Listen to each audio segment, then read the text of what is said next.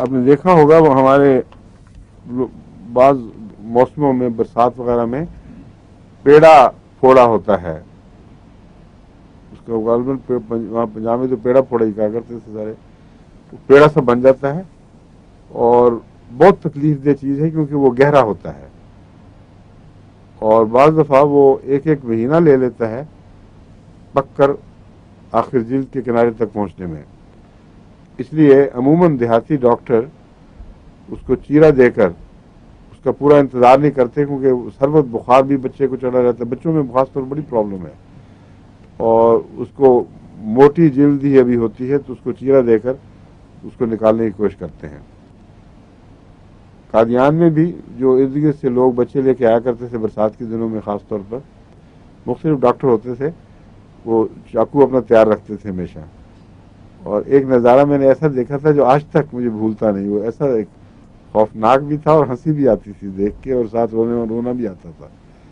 ایک بچے کو ڈاکٹر صاحب نے اس کو ماں کو پکڑایا ہوا تھا، سختی سے اس کی ٹانگیں کھینچ کے رکھے، ایک طرف سے باپ نے اس کے ہاتھ اور اس کی گردن پہ ہاتھ ڈال کے اس کو کھینچ کے رکھا ہوا تھا. اور اس زمانے میں اینستھیزیا وغیرہ کا کوئی خاص رواج اتنا نہیں تھا، تو تھوڑا سا کسی چیز کا سپرے کیا اور وہ زخم گہرا تھا اور ان کا چاقو کھونڈا تھا، وہ جو اس طرح تھا جس سے وہ چیرا دے رہے تھے، اور جو کیفیت تھی وہ ناقابل بیان ہے، چیخوں پہ چیخے بچے کی. اور ڈاکٹر اور غصے میں زور سے دھسا رہا تھا اندر کہ میں نے چھوڑنا نہیں، ابھی میں نکال کے چھوڑوں گا. آخر وہ ہو گیا چیرا، لیکن اس میں خون بہت زیادہ نکلا، پیپ بہت تھوڑی، جس کا مطلب بالکل کچا تھا، یہ مناسب ہی نہیں تھا اس کو چیرا دینا. لیکن باہر انہوں نے اپنے پیسے لیے اس کو چھٹی کرا دی. یہ بھی ہوا کرتا تھا پرانے زمانے کے سرجن جو تھے نا ہمارے، ان میں کئی نائی بھی تھے نا، اور وہ نائیوں کی سرجری کوئی نیا پیشہ نہیں، پرانا قدیم کا ہے اور ہر زمانے کا ہے. نائیوں کو پاس چونکہ اس طرح ہوتا تھا، اس لیے اگر کہیں چیرا دینا ہو تو لوگ از خود نائی کے پاس جاتے تھے. اس لیے رفتہ رفتہ نائی کو سرجن بننا پڑا اور بعض بڑے اچھے اچھے سرجن بن گئے ان میں سے. اور انگلستان میں بھی نائی سرجن ہوا کرتے تھے، تو اللہ کے فضل سے پھر وہ ایک بڑا زبردست ایک آرٹ بن گیا، سائنس بن گئی.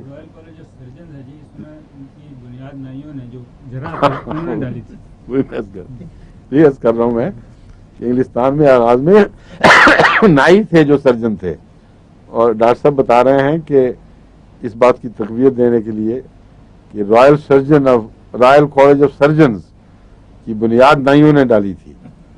لیکن اس ملک میں نائی ہونا کوئی بےزتی نہیں ہے. نائی ایک پیشہ ہے، جس طرح ٹیکسی ڈرائیور بھی ایک پیشہ ہے. ہمارے ملک میں مصیبت یہ ہے کہ جو پیشے ہیں وہ فرضی عزتوں کا ذریعہ یا فرضی عزتوں کے فقدان کا ایک نشان بن گئے ہیں، اور بہت جھوٹ ہے. نائی ہو یا دھوبی ہو، وہ کہاں پیدائش سے پہلے دھوبی بنایا تھا. یہ پیشے ہیں جو رفتہ رفتہ، ظاہر بات ہے کہ ایک شخص ایک خاندان میں ایک کمائی کا ذریعہ تھا، تعلیم زیادہ نہیں تھی، وہی ماں باپ سے سیکھا وہی آگے جاری ہو گیا. تو وہ پیچھے سے کچھ بھی ہوں ان کو دھوبی ذات کہنے لگ گئے لوگ. یہ نائی ذات ہے، اور اس کے رد عمل میں پھر انہوں نے اپنی ذاتیں بدلنی شروع کی. بعض نائیوں نے اپنی ذات مغل بنا لی، بعض نائیوں نے سید بنا لی، بعضوں نے وہ بنا لی قریشی ہو گئے، اور اسی طرح لوہار زیادہ مغل بننے شروع ہو گئے، اور مختلف ذاتوں کی طرف بعض مختلف پیشوں کا رجحان پھر نمایاں ہو گیا. ایک مجھے یاد ہے کسی شخص کو نے پوچھا، اس نے تمہاری ذات کیا ہے؟ اس نے کہا میں تو فلاں ذات کی ہوں. عورت سے پوچھا تھا، یہ ایک واقعہ نام نہیں بتانا مناسب. اس نے کہا تمہارے چچا تو آج کل وہ چودھری بنے ہوئے ہیں. تو اس نے کہا پھر وہ اپنے آپ کو گالیاں دیتے ہیں، مجھے کیسے؟ یعنی گالیاں دینا ہی ہے، اپنی نسل کو کسی اور کی طرف منسوب کرنا گالی دینے کے مترادف ہے. لیکن اس کی وجہ ہی ان کا قصور اتنا نہیں جتنا لوگوں کا، سوسائٹی کی بدبختی تھی کہ ان پیشوں کو کمینہ سمجھا گیا جو ذلیل اور رسوا کیا گیا، اس کے نتیجے میں پھر ان میں جو نسبتاً کم عقل تھے انہوں نے ذاتیں بدلی، اور پھر ایسا کنفیوژن پیدا ہوا ساتوں میں کہ کچھ سمجھ نہیں آتی. یہاں تک کہ ایک فارسی شاعر نے لکھا ہے کہ فلاں جو شخص ہے اس کی ذات پہلے جب اس کے حالات ذرا فصلیں اچھی نہیں تھیں تو قریشی تک پہنچی تھی، اور اس دفعہ خدا نے بڑا فضل کیا، فصلیں اچھی ہوئی تو سید بن گیا ہے. اور ایک کہتا ہے کہ باقی ذاتوں کا تو مجھے پتہ نہیں، لیکن اس کی ذات میں مجھے قطعاً کوئی شک نہیں کیونکہ میرے دیکھتے میں بنا ہے. تو یہ لطیفے مشہور ہوئے ہیں. مگر نائیوں نے دیکھیں کتنا اہم کردار کیا ہے دنیا کے اوپر، اتنا بڑا احسان. ساری دنیا آج جو سرجری میں زیر احسان ہوئی ہے تو ان ابتدائی نائیوں کی جن کے پاس لوگ صرف ان کا چوڑا دیکھ کر پہنچا کرتے تھے اور ان کے پاس کوئی فن نہیں تھا، حجامت بنانا جانتے تھے لیکن چھرا دیکھ کر انہوں نے کہا اس سے بہتر اور کیا چیز ہے جو چیرا دے دے گی. تو چیرا دیتے دیتے پھر انہوں نے اناٹمی پڑھنی شروع کی اور مضامین پڑھے اور اللہ کے فضل سے ایک پورا نظام صحت ایجاد ہو گیا. کلکیریا کارب ایسے چیروں کی ضرورت کو ختم کر سکتی ہے. اس کے مزاج میں گہرے پھوڑے داخل ہیں، سطحی پھوڑے نہیں ہیں. جو السرز ہیں وہ بھی گہرے ہوتے ہیں مگر اس کے کنارے موٹے ہونے شروع ہو جاتے ہیں. جو پھوڑے عام سطح کے جو پھوڑے ہیں ان سے گہرے دکھائی دیں اندر کے مسلز کے، وہ کلکیریا کارب کے پھوڑے ہیں.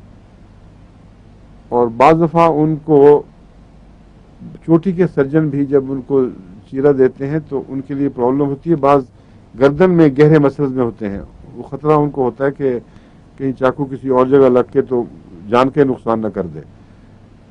تو ڈیپ سیٹڈ پھوڑوں میں کلکیریا کارب ایک چوٹی کی دوا ہے. میں سلیشیا دیا کرتا تھا پہلے، لیکن سلیشیا سے یہ بہت بہتر ہے اور کم خطرناک ہے. ڈیپ سیٹڈ پھوڑوں میں کلکیریا کارب مزاج درست کر کے تو بسا اوقات اس کو ویسے ہی غائب کر دے گی. پیپ بنانے کی ضرورت نہیں پڑتی. جی ہاں، پیپ کی ضرورت ہی نہیں پڑتی، چاقو کی بھی ضرورت نہیں پڑے گی، پیپ بھی نہیں بنے گی. از خود وہ اس کو گھلا دیتی ہے جیسا کہ ایک پھوڑا تھا اور اب نہیں ہے. بیچ میں جو نظام کیا واقعہ ہوا ہمیں اس کا کچھ پتہ نہیں، مگر وہ گھلا دیتی ہے. اور اس پہلو سے یہ ایکیوٹ اثر بھی کچھ رکھتی ہے تو کرونک، لیکن اس کے لیے تو آپ لمبا انتظار نہیں کر سکتے کہ کلکیریا کارب سارا نظام بدل دے اور پھر وہ 2-3 سال کے بعد وہ مریض کا پھوڑا ٹھیک ہو. بعض باتوں میں یہ اس کے اثر نسبتاً جلدی ہوتا ہے، یہ ان میں سے ایک ہے. آپ بے شک اس کو وقتی دوا کے طور پر استعمال کریں اور یہ فائدہ پہنچائے گی. اس میں پولپس کا پیدا ہونا بھی بہت ہی اہم ہے، نمایاں ہے. پھوڑوں میں بتا دوں کہ ضروری نہیں ہوتا کہ اس کے پھوڑوں کو بغیر پیپ کے گھلا دے. یہ جسم از خود اندر سے فیصلہ کرتا ہے.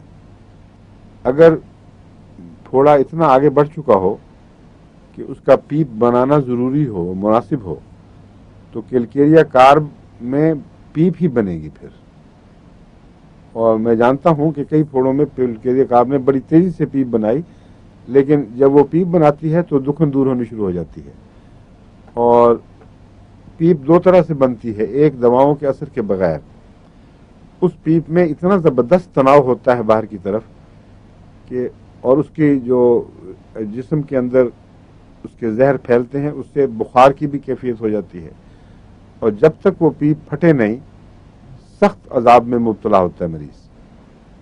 مگر جو ہومیوپیتھک دوائیں ہیں ان میں نے دیکھا ہے جب یہ پیپ بناتی ہیں تو نرمی پیدا کرتی ہیں، تناؤ نہیں پیدا کرتی، اور تبھی جسم کا رد عمل ہے. اس لیے وہ ان کی ٹاکسنز کو اس طریق پر خارج کرتا ہے مختلف ذرائع سے کہ جسم میں وہ بخار وغیرہ کی کیفیت بھی ختم ہو جاتی ہے.